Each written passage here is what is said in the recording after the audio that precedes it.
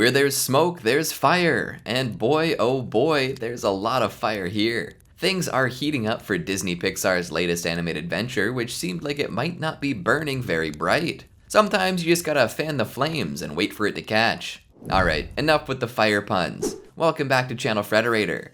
Let's talk about what's going on with Elemental. With very little in the way of exciting advertising, Elemental was shaping up to be a pretty big loss for Disney. This element-themed romantic comedy reportedly cost about $200 million to make, and its opening weekend brought in only $30 million.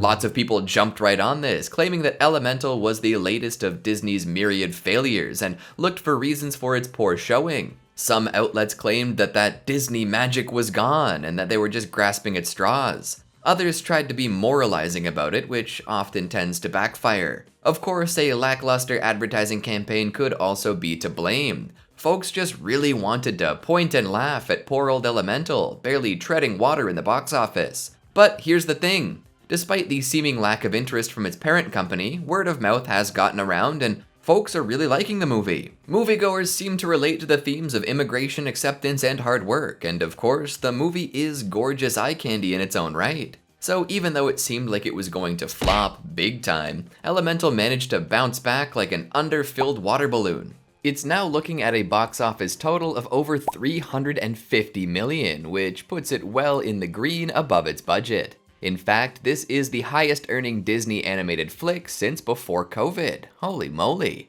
It beat Lightyear, which isn't that surprising, and even outperformed the Oscar-winning Encanto. And it has officially surpassed 2015's The Good Dinosaur in total gross. That must feel good for Peter Sohn, who directed both Elemental and The Good Dinosaur. It's only going up. I'm sure the folks up top are thrilled that this wasn't the disaster it appeared to be. They're probably thanking their lucky stars that it did well internationally as well, but this is probably the peak for Elemental as the box office seems to be revving its engines for Barbie and Oppenheimer. Heck, even the new Mission Impossible has taken up some valuable real estate. In the end, Elemental's late success is a fascinating case study. What was originally going to be tossed aside and forgotten might now even be considered fertile ground for a sequel or perhaps a spin-off. The world Elemental exists in definitely warrants some extra exploring. But what do you think? Was this movie always destined for greatness? Did the internet's obsession with its failure give it that kick in the pants it needed? Have you seen Elemental in theaters, or are you waiting for it to come out on streaming, which, by the way, might be in jeopardy too? Check out our video on Bob Iger selling off a bunch of Disney stuff.